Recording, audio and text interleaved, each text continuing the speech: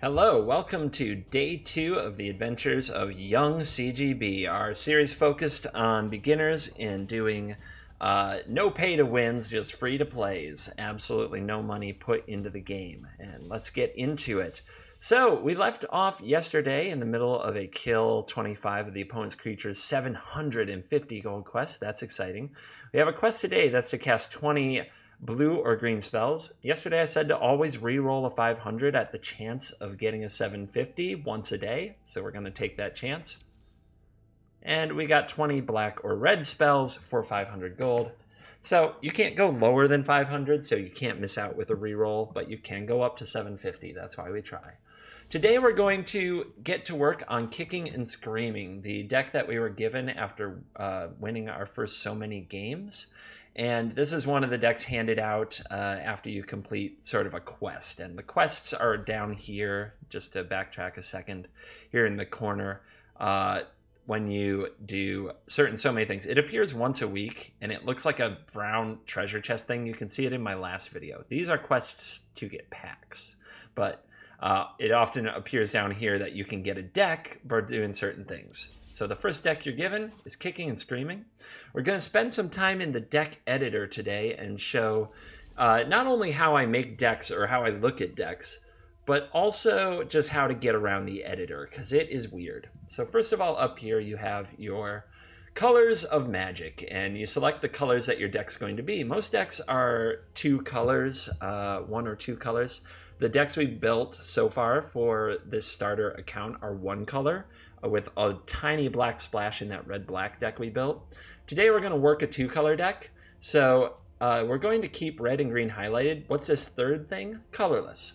Colorless are cards like artifacts that can be played for any color mana. Now these artifacts are put in with red cards because there's a red mana symbol in them. You can see the red mana symbol there in the text, but they are also artifacts and also colorless. So we're going to keep colorless highlighted.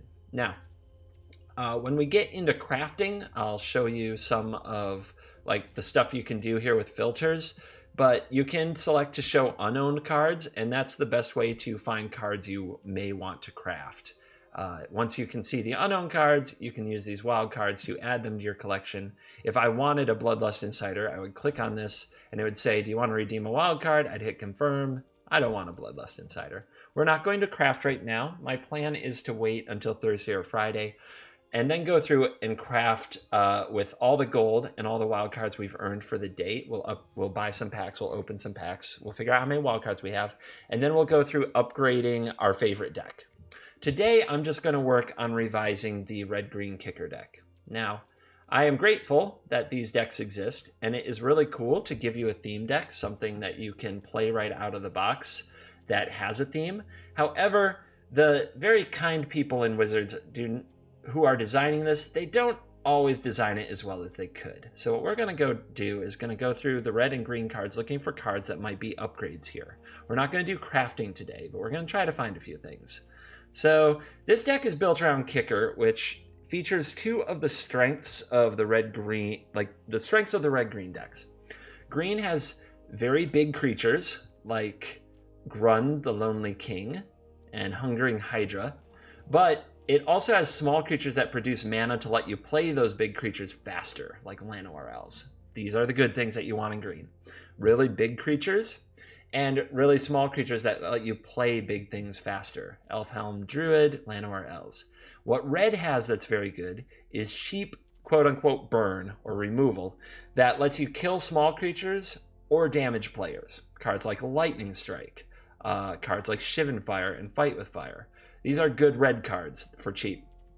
And then what red has on the top end that's also very good are cards like Demanding Dragon, big flying creatures, which play very well with the green cards. Llanowar Elves can help you play big green creatures, but can also help you play big red flying dragons.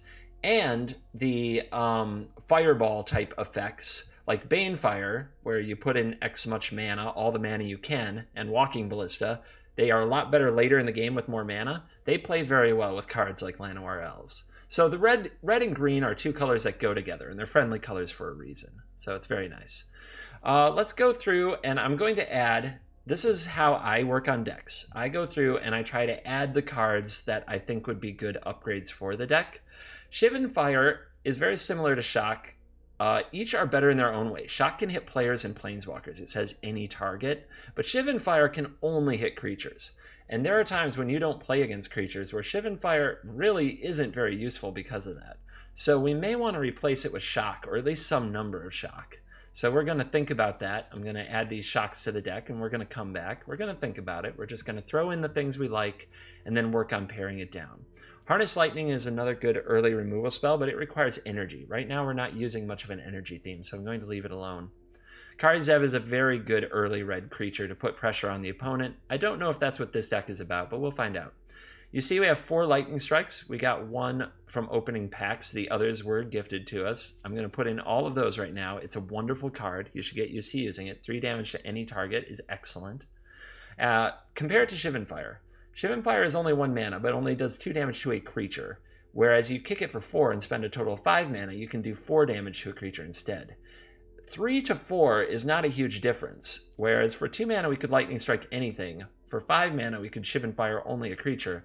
Usually makes Lightning Strike much better than Shivan Fire. Alright, what else could we possibly want in this deck? I see a lot of cards that don't quite fit our theme, and might be good individual cards, but don't work with what we have going on, and that's fine. Peema Nalar is an excellent card with a bunch of artifacts, but we're not really an artifact deck, not the way we are set up now. On the other hand, when I see a card like Chandra, Torch of Defiance, this is a very good card. And a card that all of you have. It's a mythic, and it goes good with green because you can play it earlier than normal with an Elfhame Druid or Llanowar Elves. It goes good with red, and it helps create what's that card advantage. The +1, if we play a card from the top of our deck without having to draw it, without already having it in our hand, it gets us ahead on cards. So running some number of Chandra of Defiance sounds very smart. I'm going to add 4, and then we'll decide how many we want to use later. Moving along, I see many more cards that aren't quite our theme or aren't quite as powerful. If you have any specific cards you think I'm skipping or that I should like more, you're welcome to comment about them. But I do assure you, I do think a lot about this stuff, and I probably have a good reason.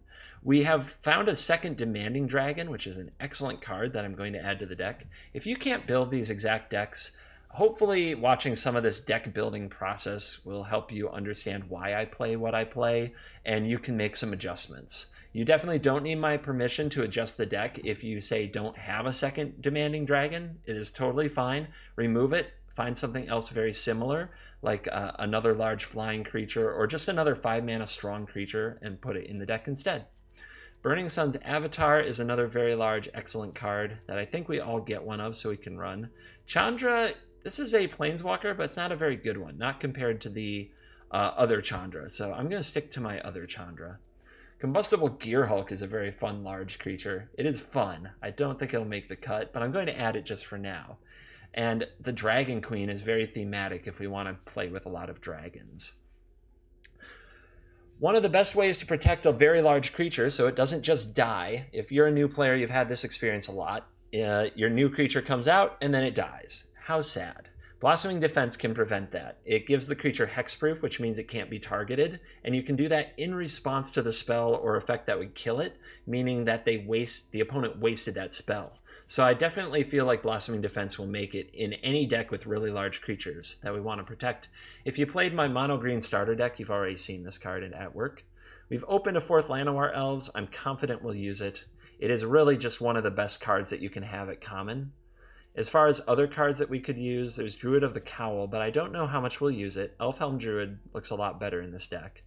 And there's only so many of those effects you should have. Probably 7 or 8 is where we should max out, because say that you draw all Llanowar Elves. Well, you only drew a bunch of very small creatures, and if you didn't draw anything big, any big mana cards to use the mana for, all you have are a bunch of tiny dorks. So we need payoff is what we call it in ramp type decks. We need ways to do awesome things with the mana. So we need a mix of small creatures that make the mana and large creatures that are the payoffs. So moving along, here we are. Elvish Rejuvenator is an interesting one, as it can be a ramp spell as well. It doesn't produce mana itself, but it lets you look at your top 5, pick a land, and put it onto the battlefield. This can be good in a double-colored deck. I'm going to add it for now. We'll see if it makes the cut. Because while Llanowar Elves and Elfhame Druid only produce green mana, the Rejuvenator might get you a mountain, which you could badly need. Lifecrafter's Bestiary is a card that we get 1 of, and it's a card I very much like. Scrying 1 at the beginning of your upkeep, we saw with the Mulligan rule, you get a free scry. Scrying can be very valuable. You get to look at your top card and choose whether to keep it on top or put it on the bottom. If it's a card you don't want, you don't have to draw it. After that, when you cast a creature spell, you may pay a green to draw a card. This is another form of card advantage, and card advantage is pretty awesome. We're going to add it for now, along with Rishkar, Peema, Renegade, which, in kind of a similar way to Llanowar Elves, it can put a counter on 2 creatures, and you can tap those creatures for mana. So it's another unique kind of way of making more mana with your small creatures, so you can play your large creatures. It's also generally a very strong card. It's 3 mana, you get a 2/2 and 2 +1/+1 counters. That's like getting a 4/4 for 3 mana that also produces more mana. That's a very strong, what we call rate in Magic.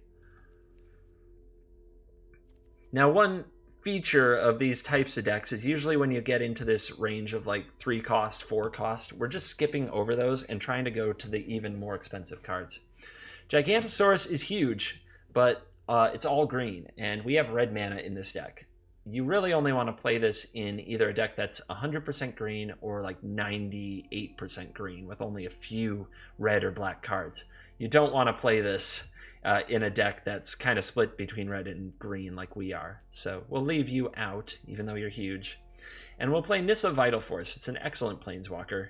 And if you can play it early with your Llanowar Elves, it is very, very strong. Same thing with Verdurous Gearhulk. Distributing +1/+1 counters, very, very strong. Aggressive Mammoth is a very large creature that gives other creatures trample. 8/8 for 6 is very decent and worth playing. The rest of these I don't think I need right at the moment. We're going to have many dragons, I'm sure. Ghalta Primal Hunker is a 12/12, and it costs less mana based on the power of creatures you control. This may make the cut, as we are playing a very big creature kind of deck. A cheap creature with good stats in red and green is Voltaic Brawler. I don't know how much of the cut this will make, as our plan isn't really to beat the opponent down early, it's to ramp into larger things. So we'll keep it for now, but I don't know if it will make it, and it will probably not make it considering that I'm already talking myself out of it. But it's okay. Throw everything in, see what sticks. A card that I think is definitely worth playing in this type of strategy is Cultivator's Caravan. It makes a mana, it's a vehicle, you can turn it into a 5/5. That's much better than the average card that makes mana, which is why it's a rare, and right now you get a free one, so take advantage. Because it's from Kaladesh and such. Sky Sovereign might be a good 5-drop for the deck. It's a very powerful vehicle that everybody gets a free of. It's a mythic rare because it's awesome. And then we have Walking Ballista, which takes advantage as I mentioned in my last video, it's good early when you have few lands, it's good late when you have a lot of lands, and since this deck usually has more lands than normal, it might fit in here really well. So going down the list, we're going to add Timber Gorge to the deck. The decks using auto lands often do new players a very large disservice because they will add all these basic lands, and these are the right colors. You do need some number of them, but you're kind of doing it wrong, to be honest, if you're not playing some of these lands that produce double colors. You always want 6 to 8 of these in any deck with multiple colors, and if you're using triple colors, you might run 12 or more lands that produce double mana.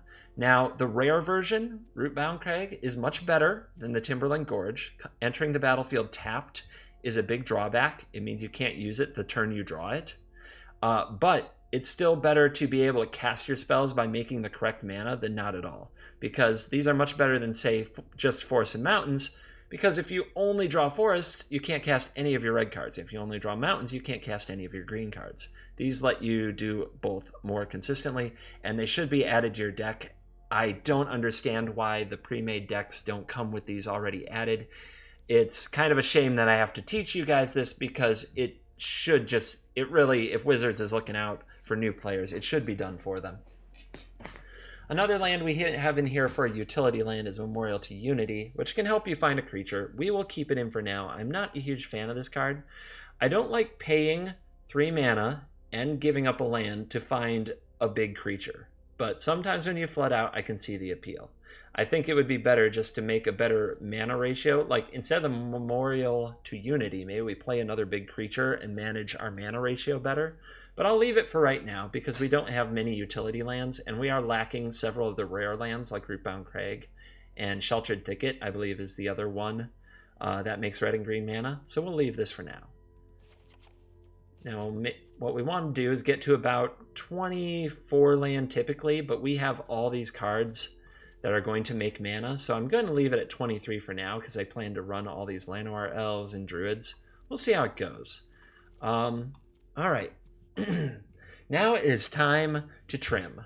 And when I'm trimming, a few things I look for are my ratio of expensive cards to cheap cards. Right now I have so many more cheap cards than expensive cards that most of what I'm looking to cut are the cheap cards. But remember, this is kicker.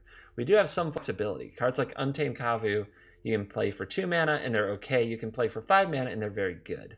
So that really affects how our mana curve looks. I look at this a lot. You want a nice sloping mana curve, and with this many cards, it's not worth looking at too much right now. First, I'm going to pick some removal spells, because we want most of our deck to be about the creatures.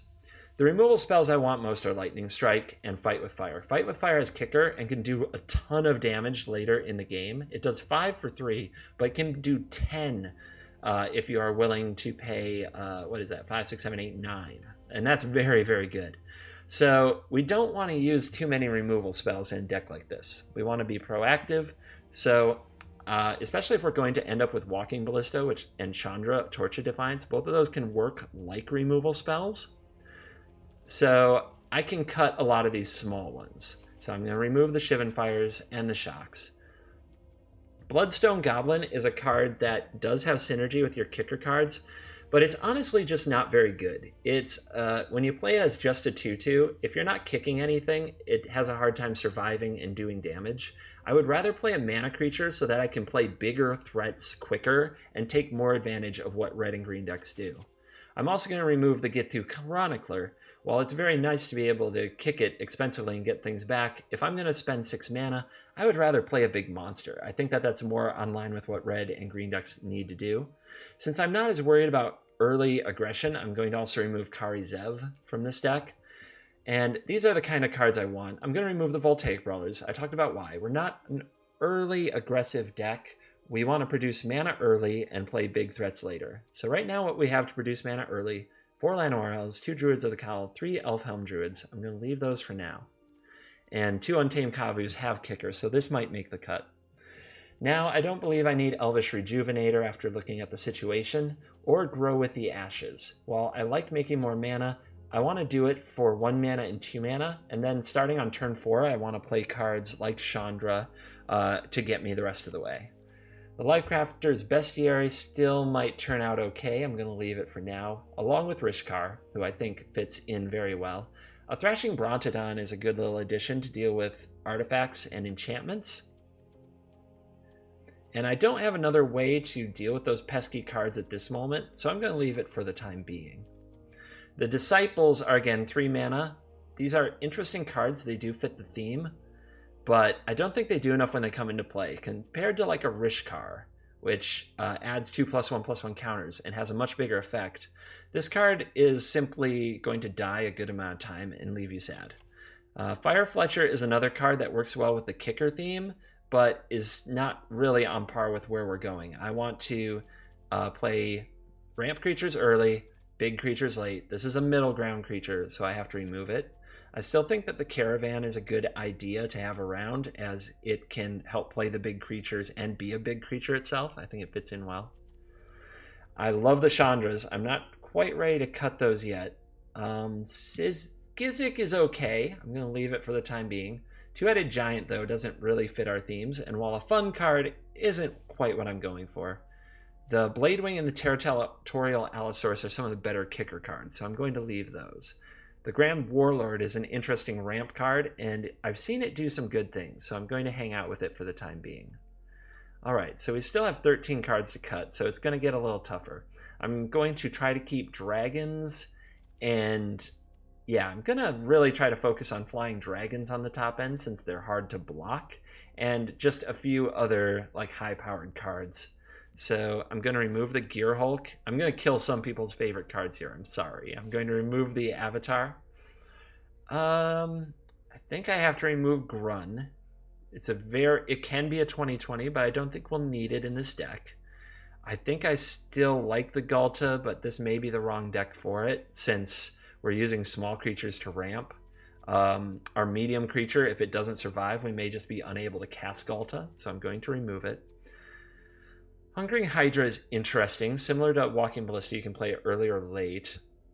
And it's also a neat it's not really a combo with Walking Ballista, but you can move counters back and forth from Hungering Hydra to Ballista. Maybe I'll keep it for now. Banefire is excellent.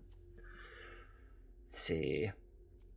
So yeah, cuts are going to get a lot harder now, and what I'm mainly looking at is the mana curve. We want to make sure that we have a good amount of those payoff cards and a good amount of those ramp cards. We may need to cut some of the utility in between. I think Skizik isn't going to make it. I think we can trim a Chandra. They are legendary. You don't really want more than one. I believe cutting the Bestiary is going to have to happen, although it's a card I very much like. Untamed Kavu for 5 mana is a 5/5. Vigilance Trample, which is nice, but when we look at our other cards for 5, this is a Flying Dragon, which is generally better for evasion. This is a 5/5 attached to a Planeswalker. This becomes an 8/8. This is a 5/5 with evasion that deals damage. Our other 5-drops are significantly stronger. So while the Untamed Kavu fits the kicker theme, we have had to cut a lot of these kicker cards, and I think the Kavu can go. I just don't think it's near the same power level. So we have 3 cards left to go, and these are always the hard parts as we try to narrow our deck down to just the strongest things we can have. Our current mix of payoffs, I'm going to switch to this other view. And trust me, I don't plan to spend this much time on every deck build. I'm spending this much time on it today as kind of an introduction to the deck builder and what I look for when I'm building a deck. So I move these into the top end because these are also big payoff cards. So is Hungering Hydra, and so is Banefire. So when you look at our payoff cards, we have a lot. 13 of them. And our ramp cards, I believe, are 10. 5, 6, 7, 8, 9, 10. Well, 11-ish with Rishkar. So we have more payoff right now than we do ramp. So we're going to need to balance it a little bit. And I think, man, I do like the Mammoth, but the thing is we have so many creatures with evasion, like flying, that I believe it's a card we can cut. I also think I can go to 3 ballistas safely. When you have 4... like a 4 and 3 isn't a big drop off, and if we have 2 in our hand, they're just always good in the hand, but drawing 1 is fine. Drawing 2 is often more than you need. I'm just giving an example. A reason that you could say Ballista has diminishing returns is because as you get late in the game, it takes a lot of mana. If you have 2 in your hand, you can play a Ballista and then the next turn pump that Ballista, or you can play a second Ballista. Both are very strong. Usually only one is actually needed to win the game, whereas the other one is just a little bit stronger than the first one. So that's kind of a principle of diminishing returns. So I think we can cut 1 safely. And if I go back here, I think I still have 1 more card to cut.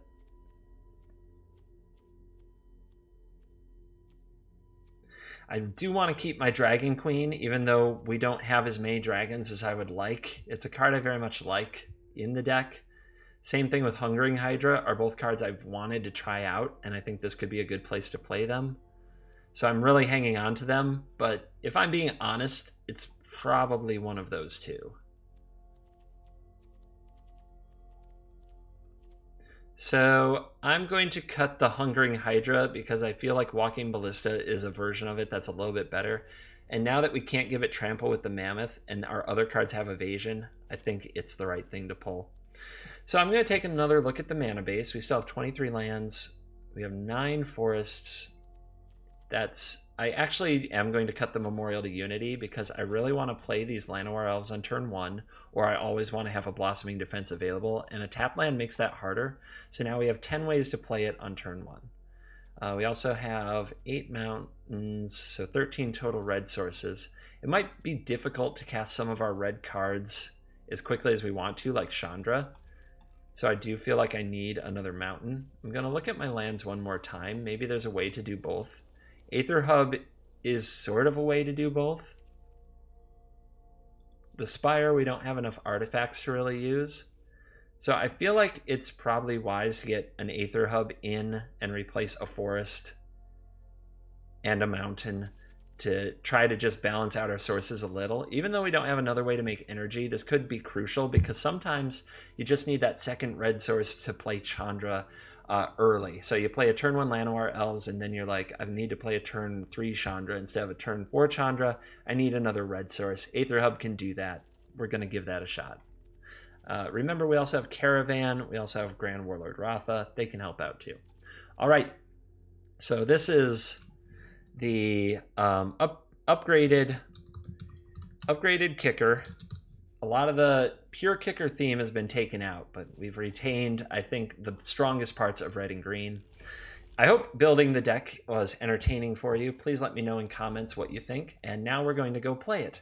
I think a good place to play this deck is going to be in Brewer's Delight, so we can unlock some other sweet rare cards, and we want to get into that as fast as possible. You see there are 45 hours left in Brewer's Delight, so let's go get some before it rotates, probably at the end of this week. It's possible by the time you see this video this is no longer available, but the principles still apply, and if you can get into Brewer's Delight, I recommend doing it as soon as possible.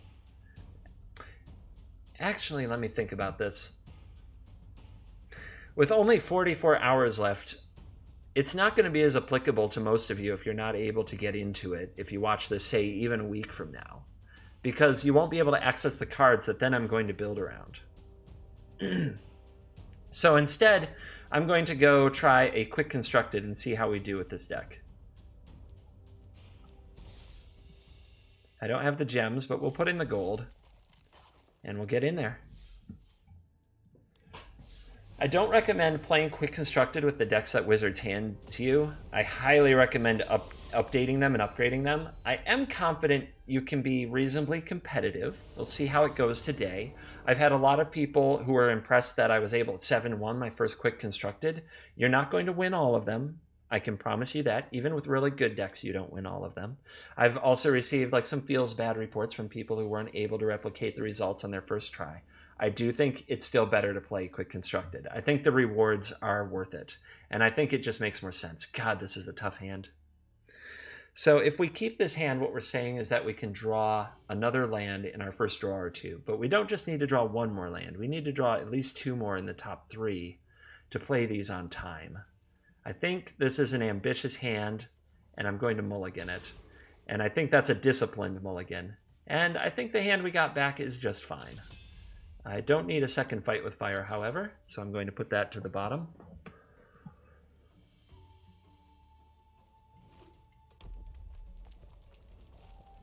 All right, our opponent's going to start on the mono red. It's probably a tough matchup since they can remove our small creatures before we can play our big creatures. We're going to give it a try, though. Now, one thing about mono red, they are very, very good at killing your elves. And since we don't even have a 3-drop, I could put this out there. The opponent would likely just kill it. Whereas if I wait, maybe they don't. Not only that, it takes away my untapped source. So I'm going to actually play a tap land instead.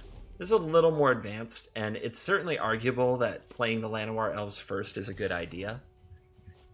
So try not to overthink that in a similar situation, but I'm still going to try to talk through the plays I make and why. All right, Heart of Kiran, our opponent, this deck looks familiar. Where have we seen this before? So we'll play our other tap land. So from now on, our lands will enter untapped, which means next turn we can fight with fire. Turn after that, we can play a dragon. Maybe we can get into the game, because right now we are way behind. But let's play this elf. Maybe our opponent won't take the time to kill it. Maybe they will. Maybe it's all going to be sadness. It's very hard when you're on the draw in a game against mono red, and they just have the good plays. So I expect this to be a hard game, and perhaps not one that will be successful. But we will fight. We will do our best. Our opponent doesn't look like they're going to kill the elf. It looks like they're going to crew Heart of Kirin.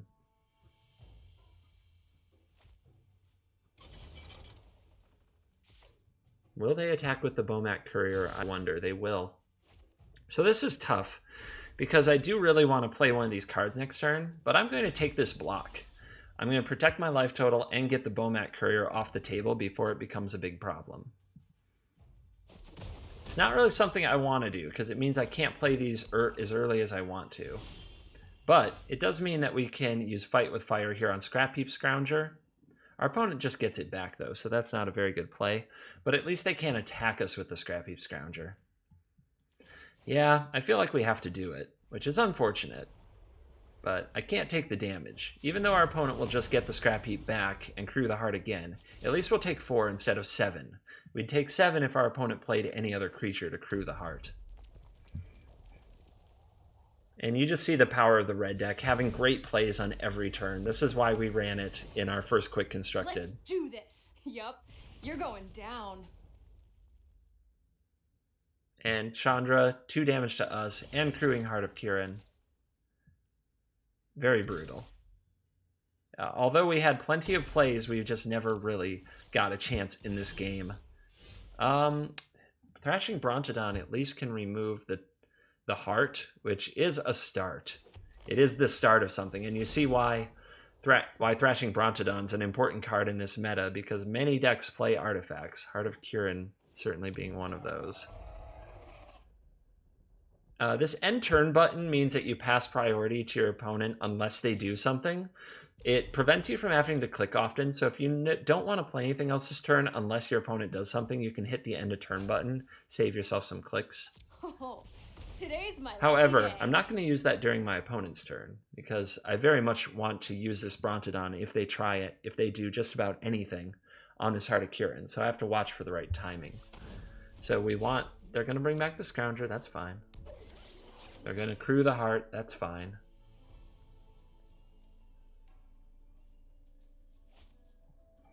Before the heart becomes a creature, though, I'm going to destroy it. I'm not sure what we could draw here. I think a Demanding Dragon would be best, as anything with 4 toughness is going to die to a Chandra minus that deals 4 damage.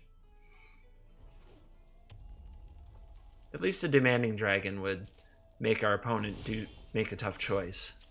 And so I'm not going to play the Verix. Chandra can just minus to kill it. I'm going to play the Territorial Allosaurus. We're in a very bad spot, but we're not quite dead. So we should keep playing and see what happens.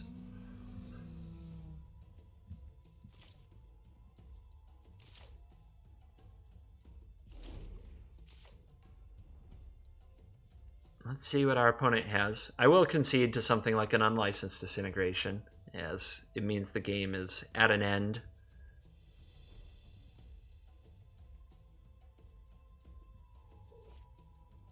They're going to deal 4 damage to it. Hair smell?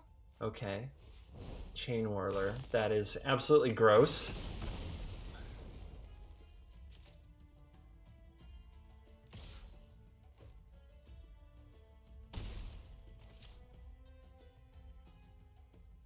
And I don't... Okay, and our opponent even has the shock to perfectly kill us that turn.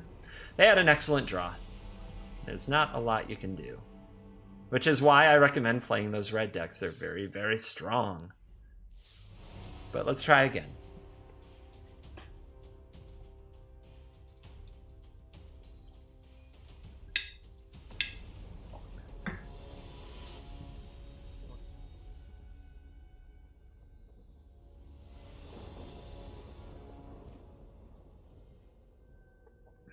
Okay, we have the Elfhame Druid. We have some red cards, but only an Aether Hub. That is a drawback. But between the Druid and the spells, I'm going to keep it. This is an awkward hand, where I wish I had a mountain instead, but if it was a forest, it would be even more awkward than it is. That's why we run the Aether Hubs.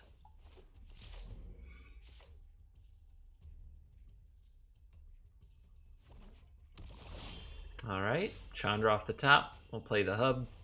So if we draw another mountain next turn, we can play the Chandra. Elfhame Druid produces 1 mana, or 2 if we're kicking spells.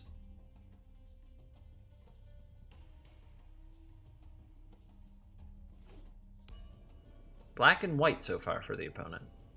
Let's see what they're jamming with. Ah, they're going to kill the Elfhame Druid. They understand the power of early mana creatures. I suppose I'll play this for 1. It's not really the way I want to do it, but we have no other useful plays at the moment.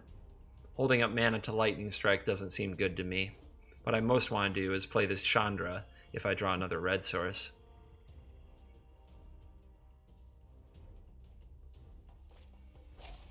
Okay. A Gifted Aetherborn, 2/3 lifelink Death Touch, an annoying little creature with a lot of good abilities. That's going to have to die, so we're going to have to use our red source here. Zap it down. It's going to put us a ways off of Chandra, and our draw's been pretty ugly so far. We're going to need to draw some cards to get us back in this game, starting with red sources. But even though we have the only creature on the board, I already feel pretty far behind because most of our hand isn't doing enough. Alright, looks like our opponent is on Vampire Tribal. Can definitely get our hand quickly. There is a red mana. We can play this 5/5 Allosaurus. We can use Fight with Fire to kill the Legion Lieutenant. I think what I would like to do is Fight with Fire. The Legion Lieutenant pumps up all of the other vampires, so killing that has to be a high priority. I would love to save this till I could kick it, which I can do if I draw a mountain, play Chandra, and then untap the next turn with the Chandra. So right now I'm going to use the Fight with Fire on what is actually a very good target, the Legion Lieutenant. Hello. Just making some content for new players over here, don't mind me. I have to explain what I do, instead of making it look like cards are just flying around the screen at all times. I know that that can be very intimidating. Hard to follow what's happening. This says we discard 2 cards if the opponent controls a vampire, we lose 2 game 2. They do not, so we just have to discard 2 cards. And I'm going to keep my Chandra. It's the closest thing to being a card I can play here. And it is a very, very strong card all on its own, can generate a bunch of card advantage. Alright, since I have nothing else to do with my mana, we're going to use the ability of Walking Ballista to add a counter and attack with it. So we get in more damage this way.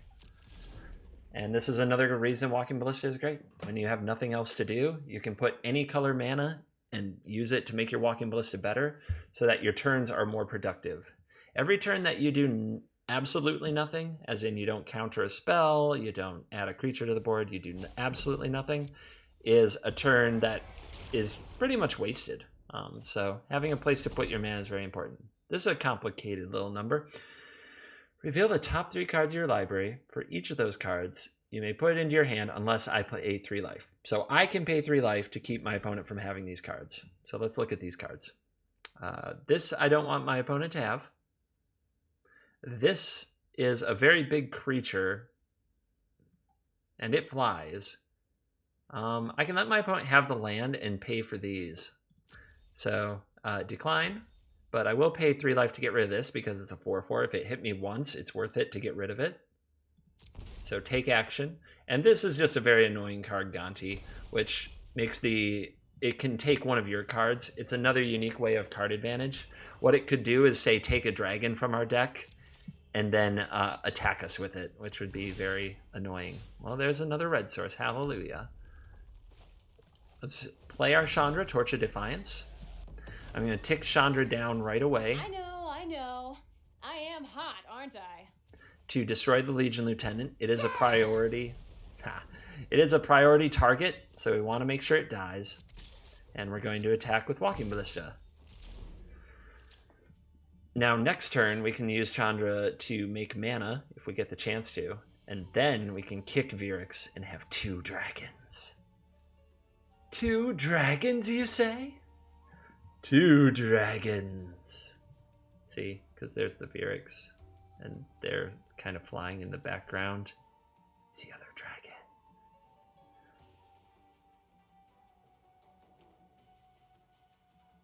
Sweet art. More dragon art, please. Alright.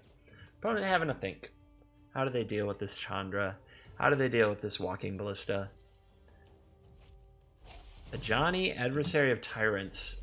Now, the +1 requires creatures in play. Our kinship ensures our victory. The -2 gets a creature out of the graveyard. So I keep saying that the Legion Lieutenant's a priority target. It absolutely is. And our opponent's now bringing it back with the Johnny. Heal.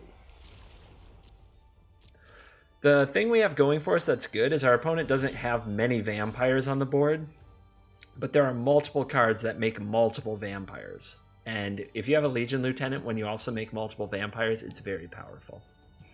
So we're going to go forth and kick it. So add mana to our mana pool with Chandra. This is gonna hurt. Cast Verix Bladewing. Kick for 3, so make sure you pick the correct side.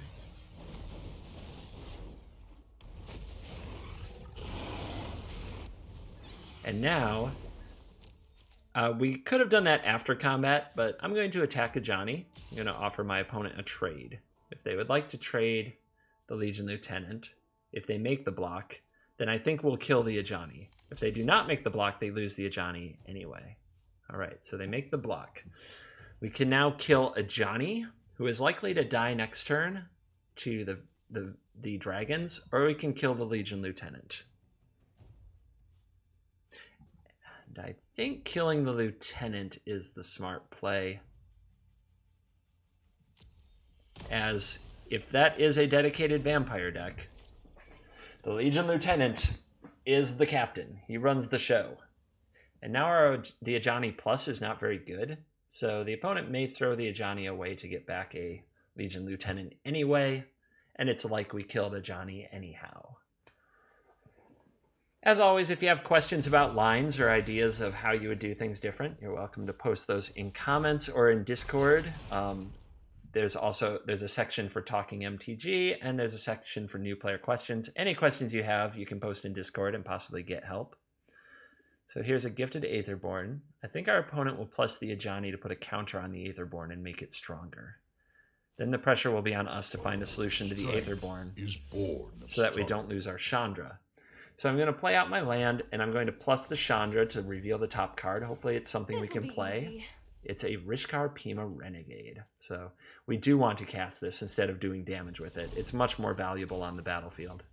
We will make this a 5/5. We'll make this a 3/3. And I will attack the Ajani. I'm going to plan to chump, that is block, and let my creature die on the gifted Aetherborn. You have not killed me yet. Everybody's trying to talk while I'm talking. And in the meantime, we'll keep Chandra on our side because it's drawing us extra cards. And in the stage of the game where we have all the cards out of our hand, something that draws extra cards is very good. What is this? No voice lines. So +2, +1, +0 in Death Touch. -3, destroy target creature. Oh no, this can take out our Rishkar, and then Chandra dies. But then we turn around and kill the Vraska. So it's going to be a fight between my 5/5 dragon and my opponent's 3/4 Death Touch gifted Aetherborn. Our opponent also has one more card in hand. Hey! Oh, now you're asking for it. So our opponent is slightly ahead, unfortunately. But we'll see. We do have a deck with a lot of big, powerful cards in it. So if our opponent isn't playing as many large and powerful threats, then hopefully we'll draw those large, powerful threats and they can turn the game around for us and swing things dramatically in our favor. See? Exactly what I'm talking about. Our opponent has a 2/2 lifelink. That is not nearly as big as several cards in our deck. So if we draw those cards, we'll be okay. Cultivator's Caravan's all right. Now, this is the time of game where seeing it as a 5/5 is good. We don't want to keep attacking with our dragon because the lifelink that these creatures have means that our opponent will just gain it back while dealing damage to us. Whereas if we hold back and block, it's much harder. Oh my, they drew Murder. That's a very good draw. We're going to crew our Caravan to potentially block before our dragon dies. So now the Caravan can take on one of these in combat. So it makes our opponent less likely to attack here and saves us a little bit of time. If they do attack with the Aetherborn, though, I will trade. That 3/4 Death Touch lifelink. Death Touch means it kills anything it tangles with in combat, even if it's bigger. So I'm going to lose this Caravan. But I'm going to get this 3/4 lifelinker off the board, which is very hard to kill. It was going to trade for something anyway. Ah, we drew Demanding Dragon. Excellent. So this is a kind of big draw that we needed. So let's play that. Our opponent can either pay 5 life or sacrifice their Bishop Soldier. I expect them to pay 5 life here. But the Bishop Soldier does not have Death Touch. It is not a good attack into the Demanding Dragon. And now it feels like we're pulling ahead. Yahenni is an odd one. Haste, whenever a creature I control dies, Yahenni gets a counter. And he can sacrifice another creature of his own to make it indestructible. I'm just going to block here. No, that's not even the right block. The right block is to block the Yahenni, because if our opponent doesn't want Yahenni to die, they'll have to sacrifice the soldier. If they sacrifice the soldier, we take 0 damage. So this is an odd attack. And let's see if our opponent wants to keep Yahenni. No, they just let it die. They don't even use that ability. So our opponent's at 20. This is where math is good. If they're dealing 2 to us a turn and gaining 2 life a turn, and we're dealing 3 to them, who gets to 0 first? The answer, of course, is our opponent, because if we're only dealing 3 to them a turn, we have to attack 7 times. Now, if we dealt 4 to them a turn, we still have to attack 5 times. Our opponent's attack is 5 times as well. And we have first attack. So we could win a race if nothing else happens. Or we could sit here and stare at each other. So it's important then to think about the cards we're most likely to draw. Again, mine are most likely to be bigger and more powerful than my opponent's. So I'm going to take the attacks. We're going to do the race thing. Now, one thing you can do, a trick later in games, is to hold a land in your hand to make your opponent think you have a trick or a card that they need to play around. When you play your land, you're giving away that you don't have any other options. So that's why we're keeping it. Okay, we drew the Lightning Strike. That can solve our problem.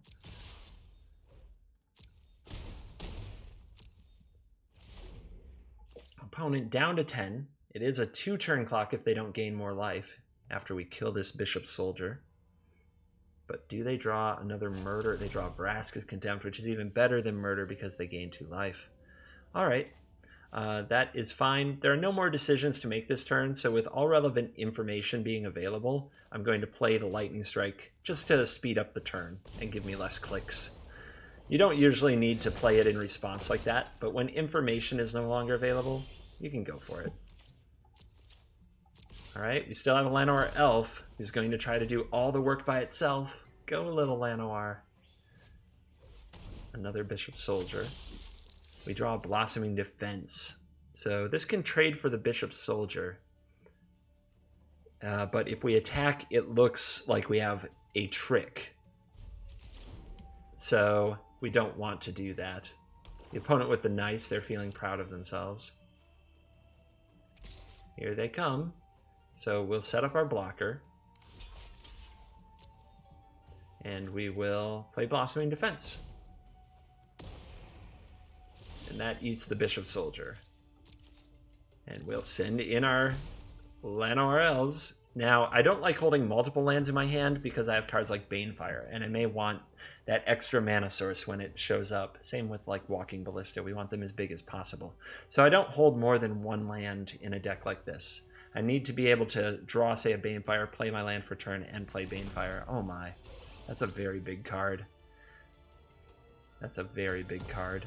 We're going to need a good draw. That's not it. That's just another land. So our opponent has definitely outdrawn us at many stages of the game. You can see how many good cards they have. They have a Cruel Reality. That is going to be lethal. We're going to lose this game. A game I feel we should have won, and I feel we got a little unlucky. I'm trying to think of how I could have played it different, and there was probably something somewhere I could have done differently. But honestly, I feel that I just was I just don't think we got fortunate in that game. So it's too bad, but we are close to completing our Kill All the Creatures quests.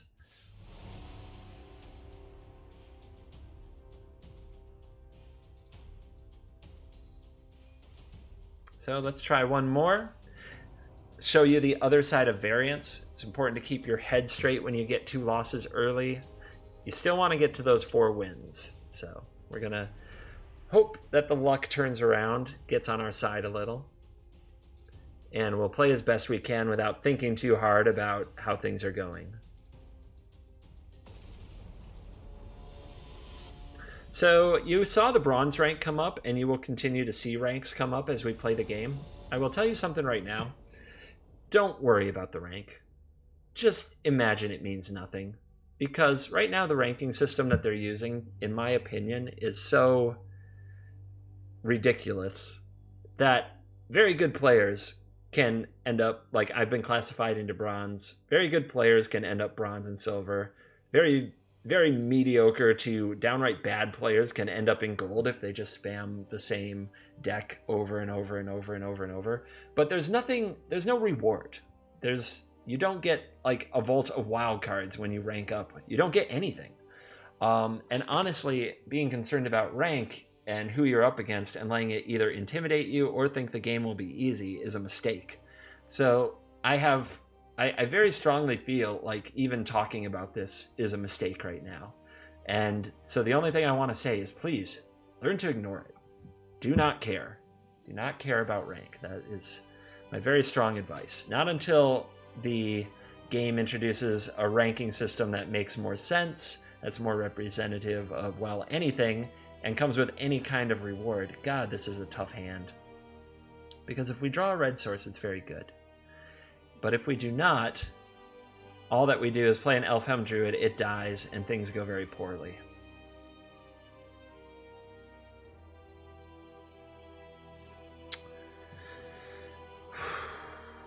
I'm going to mulligan.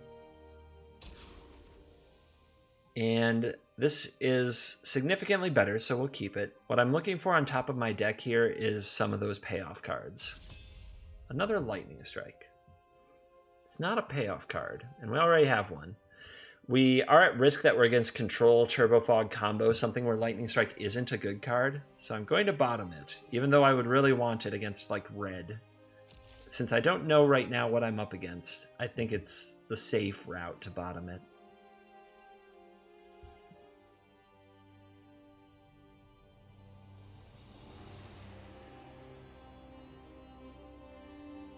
And you try to shake those things off. We've had we've had a bit of bad luck, and now we have to mulligan, and now we've got to play a match to try to stay alive. You just want to shake it off and play as well as you can. Control what you can control.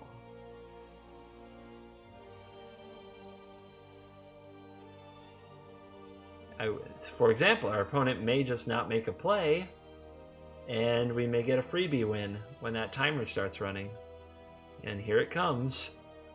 If it goes to 0, we get a free turn. If it goes to 0 twice, I believe you get a free win. Although it's very odd. I've seen it go to 0 many times and not, give the win. So we'll see. We'll see. I won't be against it. God knows. You take your wins where you can get them when you're a new player, competing with these sharks, especially on a day when you've had some bad luck. It'd be interesting if, like, the Magic Gods just sent a robot. Like, the server specifically saw that we were 0-2 and sent a robot so that we get one win and feel nice about ourselves. Oh! Wow. They rope us down to nothing and then show up. And they play what? A meandering river, representing blue and white, 2 colors that are really terrible to play against. And are they really going to rope the full timer again? Is that what's happening here? Are they specifically out to ruin my YouTube video?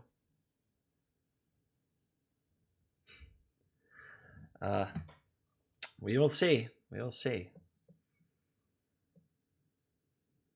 Not a lot to talk about in terms of timer and the people who abuse it. Try to take the high road yourself and do better and not let it bother you for very long or very much. Try to move on and just try to be a better person than that. I don't like spamming emotes back. I don't like roping back, and I try not to do it to others no matter what's done to me. try to be,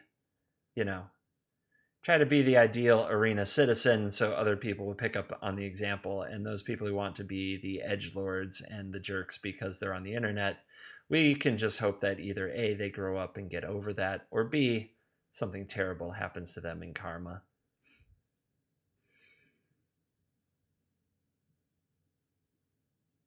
All right, our first play of the game looks like it's going to receive the full timeout treatment. Yeah, the music even turned off. How am I supposed to even... It's so hard to get through this. All right, end turn. Maybe our opponent's reading something pressing on the interwebs, the magic sites. Who knows? Maybe they're having an intelligent conversation in Discord. Who knows what keeps people away? So I think what I want to do here is jam the Rishkar and have as much mana as possible available next turn.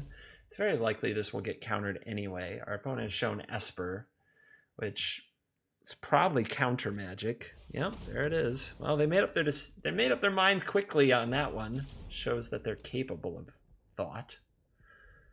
So let's see what happens next.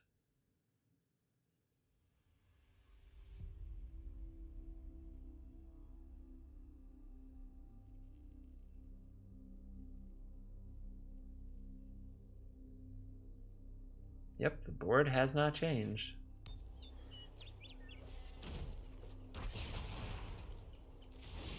All right, a Glint Sleeve Siphoner. That is a very good target for our Walking Ballista. So I will put it out for 2, and we can pay 1 to kill the Siphoner right away. We don't want to let our opponent untap, so we want to do this now. Anytime that they have blue mana, counter magic is usually a thing that's lurking. So we want to make sure we play around that. When they're tapped out, we'll use our effects and our abilities to the best of our ability.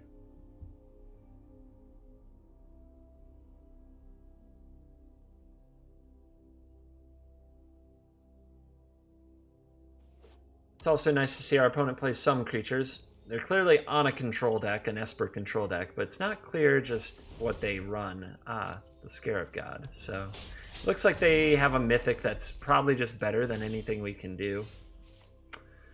Yep, that's game. There's really nothing we can do about it. So, unfortunately, that puts an end to this.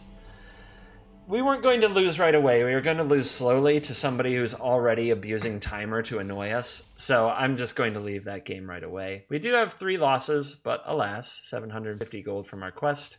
Let's see if the prizes have pity on us. Nope. We didn't get even an upgrade on the prize. So, relax. We're going to be honest. This red-green deck, while I believe I've added some things to make it stronger, I think for one thing we got very unlucky. I think for 2 things, it's still not going to be one of the stronger decks in the game. And maybe it should stick to free play. More testing will tell. But I hope that you found the deck building at least a bit interesting and going through the deck builder. Let's see if we can go out on a win or not. I'm going to give free play a quick go.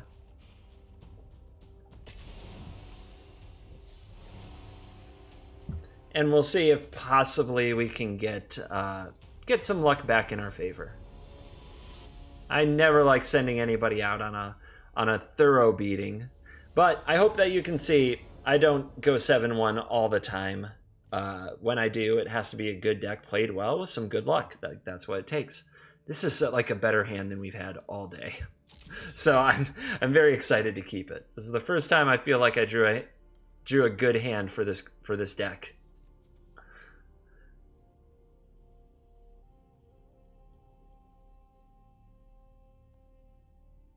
Well, are we going to get stalled again? That is now the question on my mind.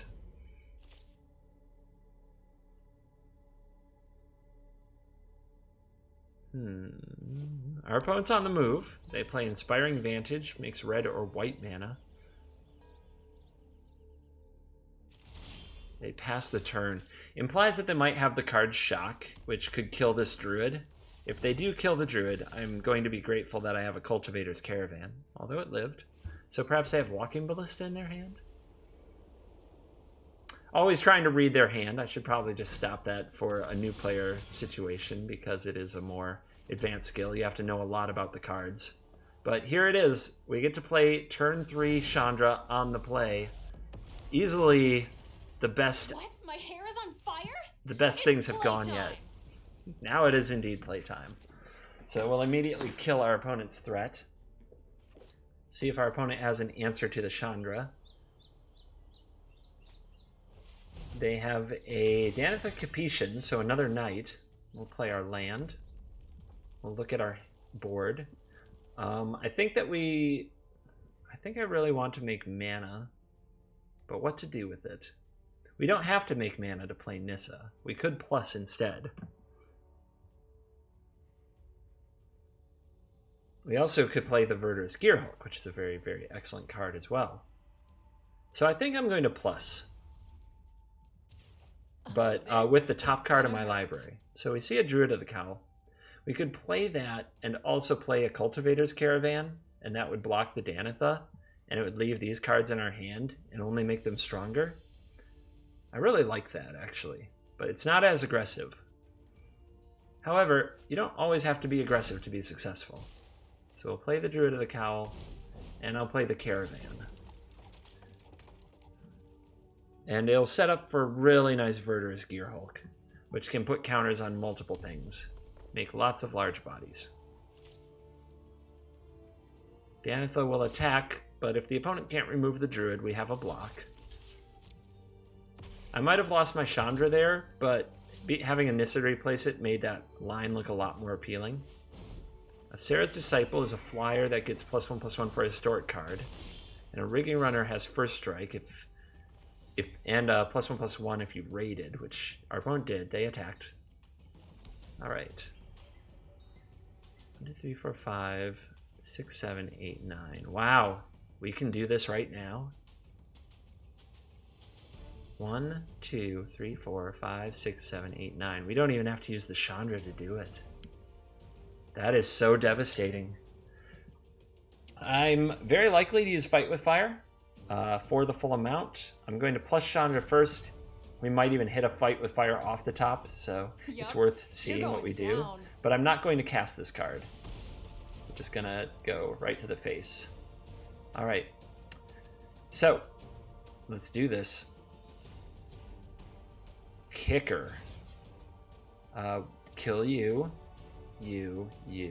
and you. Submit. Now we select the amount of damage. We only need to do 1 here, 2 here, 2 here, 5 to the face. That's 10. Submit. Wow. Took out all of their stuff.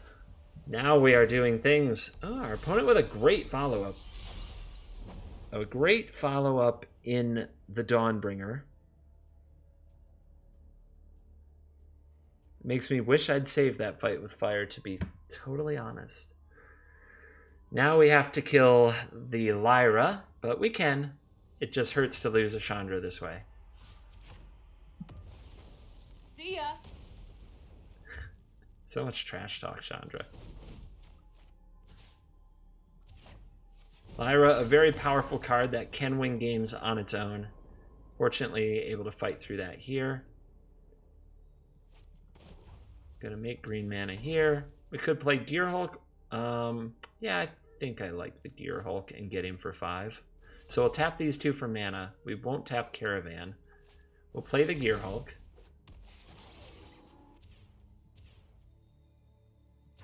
We'll select these cards.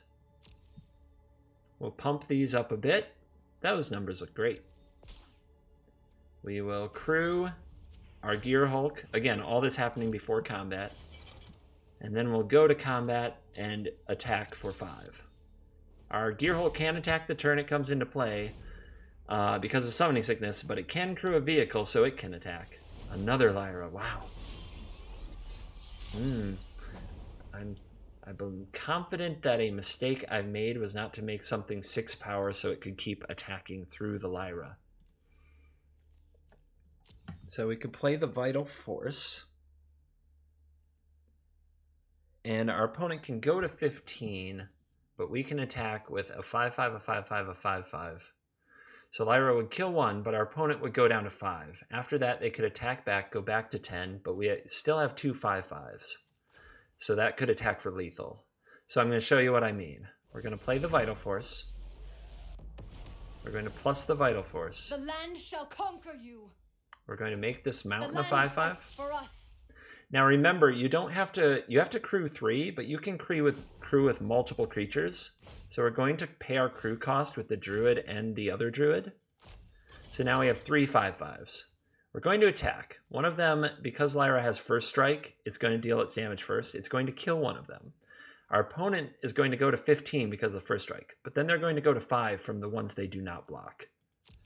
And that means if we get to do the same thing next turn, it means our opponent can't attack with the Lyra, because if they do, we can do the same thing with 2 5/5s next turn, and our opponent will die.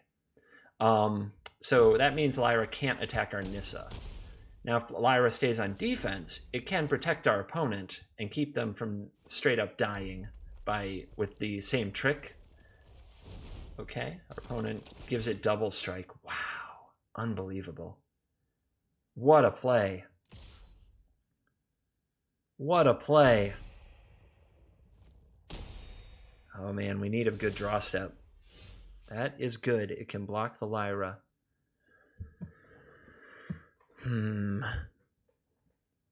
Is there a way we can kill our opponent this turn? The 5 damage from Demanding Dragon might just do it.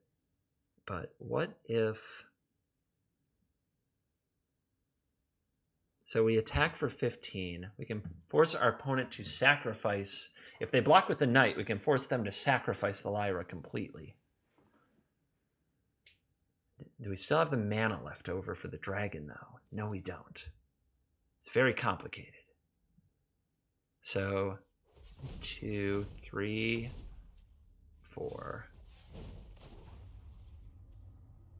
5. Demanding Dragon. And let's see what our opponent chooses to do. Because if they take the damage... I'm not revealing right now that I can't crew this Caravan. It's my dirty secret that I can't find another way to do it. Oh, they do take it. Okay. Now we threaten lethal, so our opponent has to block with the Knight.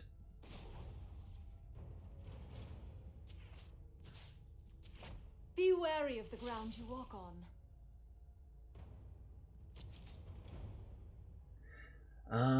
Yep. I guess we can attack with all, or we can play the other Druid. The other Druid doesn't seem to be doing much. So I'm going to send all these creatures.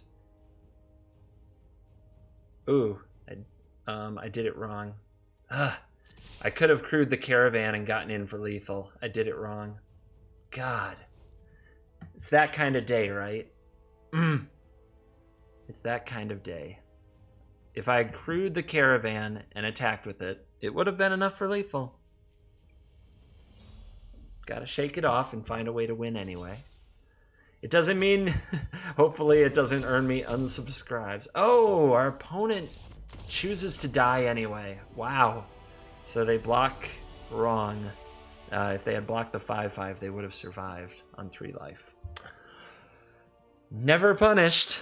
I was not punished for that mistake, but I should probably conclude playing the game for the day because apparently I am having a lot of trouble making the right plays. Forgive me, please. You deserve better. Let's get into this booster pack, though. After a rough day, a good booster would be nice. We get an uncommon wild card, and we get a Graveyard Marshal, which... it flew away very quickly, but it's very good for the zombie deck, and we'll take a longer look at it in the near future when we work on our black decks a little bit. All right.